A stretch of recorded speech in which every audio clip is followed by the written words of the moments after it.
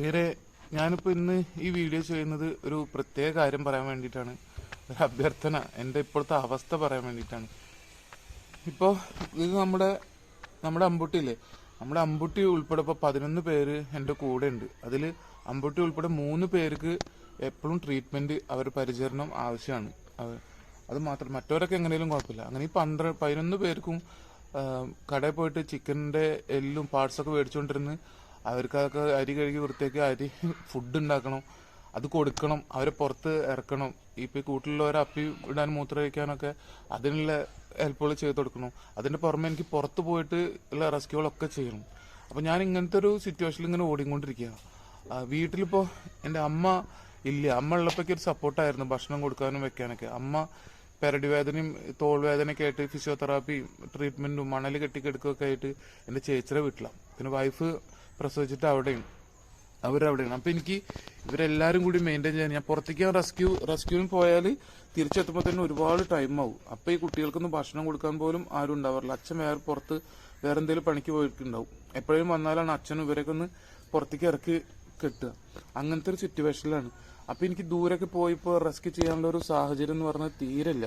അപ്പം അതൊന്ന് എന്നെ വിളിക്കുന്നവർ മനസ്സിലാക്കണമെങ്കിൽ. പിന്നെ അത് മാത്രമല്ല, പ്രധാനപ്പെട്ട ഒരു കാര്യം പറഞ്ഞാൽ, എനിക്കൊരു ദിവസം വരുന്ന കോളുകൾ ഒരു 200ന്റെ മേലെ കോളുകളും മെസ്സേജുകളും. അതിൽ കൂടുതലും അവർ വിളിക്കുക ഈ എല്ലാ ജില്ലയിൽ നിന്നും, തൃശ്ശൂർ, കോഴിക്കോട്, ഇടുക്കി, കോട്ടയം, എന്താ പറയുക, തിരുവനന്തപുരം, പത്തനംതിട്ട, ഇതിവിടെ നിന്നൊക്കെയാണ് മെയിനായിട്ട്, പാലക്കാട്. അപ്പോൾ ഇവിടെ നിന്നൊക്കെ വിളിക്കുമ്പോൾ നമുക്ക് പറ്റാത്ത കാര്യങ്ങളൊക്കെ നമ്മൾ നമ്പർ കൊടുക്കുക ചെയ്യുക.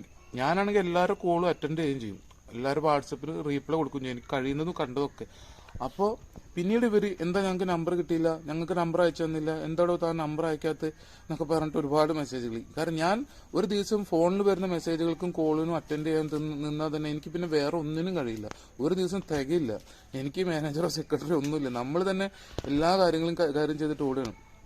അപ്പോൾ ഇപ്പോൾ വരുന്ന റെസ്ക്യൂകളൊന്നും ഏറ്റെടുത്ത് നടത്താൻ പറ്റില്ല. നമുക്ക് നിർത്താനൊരു പരിധി ഉണ്ട് ഇവിടെ. കുഞ്ഞുങ്ങൾ, എൻ്റെ ഇപ്പം നിർത്തിയ കുഞ്ഞുങ്ങളെ നിർത്തിയിരിക്കുന്ന സ്ഥലത്തിൻ്റെ ചുറ്റോറും വീടുകളാണ്. ഇവരെല്ലാവരും കുറേയും കാര്യങ്ങളൊക്കെ തുടങ്ങി നായകളെ, 2ൽ കൂടുതൽ നായകളെ നോക്കുന്ന ആളുകൾക്ക് അറിയാം. അപ്പോൾ നിങ്ങളെല്ലാവരും ക്ഷമിക്കണം. പ്രത്യേകിച്ച് ഇപ്പോഴത്തെ സാഹചര്യത്തിൽ എനിക്ക് കൂടുതൽ റെസ്ക്യൂകളൊന്നും എടുക്കാൻ പറ്റാത്തൊരു സാഹചര്യമാണ്. വീട്ടിലും ആളില്ല. പിന്നെ ഈ മെസ്സേജിന് റീപ്ലൈ കൊടുക്കലും കോൾ അറ്റൻഡ് ചെയ്യലും കഴിഞ്ഞിട്ട് പിന്നെ മെസ്സേജിന് റീപ്ലൈ കൊടുക്കുക, രാത്രി ഞാൻ വീട്ടിലെത്തിയിട്ട് എല്ലാവർക്കും ഇരുന്ന് റീപ്ലൈ കൊടുക്കും. ചിലവർ കൂടുതൽ മരുന്ന് ചോദിച്ചിട്ട്, ചിലവർ റെസ്ക്യൂ ചെയ്യുന്ന ആളുകളെ നമ്പർ ചോദിച്ചിട്ട്, അങ്ങനെയൊക്കെയാണ്.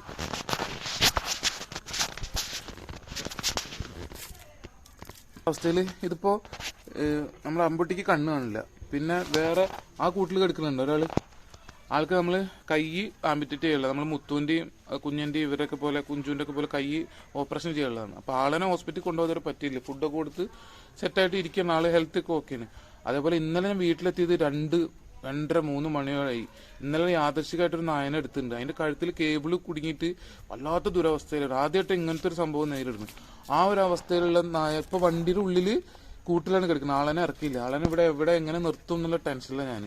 അപ്പം അതൊന്ന് ക്ലിയർ ആക്കാനുണ്ട് ഈ കാര്യം. പിന്നെ വീട്ടിൽ എനിക്ക് അപ്പോൾ നമ്മുടെ സ്വന്തം കുഞ്ഞിനെ ഹോസ്പിറ്റലിൽ കൊണ്ടുപോകേണ്ട ദിവസങ്ങളാണ്. ഇന്നലെ എന്നൊക്കെ പോകാൻ പറ്റിയില്ല. ഇന്ന് ഹോസ്പിറ്റലിൽ കാണിക്കണോ, അവർക്ക് വേണ്ടി കാര്യങ്ങളൊക്കെ ചെയ്യാനുണ്ട്. അതുകൊണ്ട് എനിക്ക് കൂടുതൽ കോളുകൾ എടുക്കാനോ മെസ്സേജുകൾക്ക് റീപ്ലൈ തരാനോ കഴിഞ്ഞെന്ന് വരില്ല.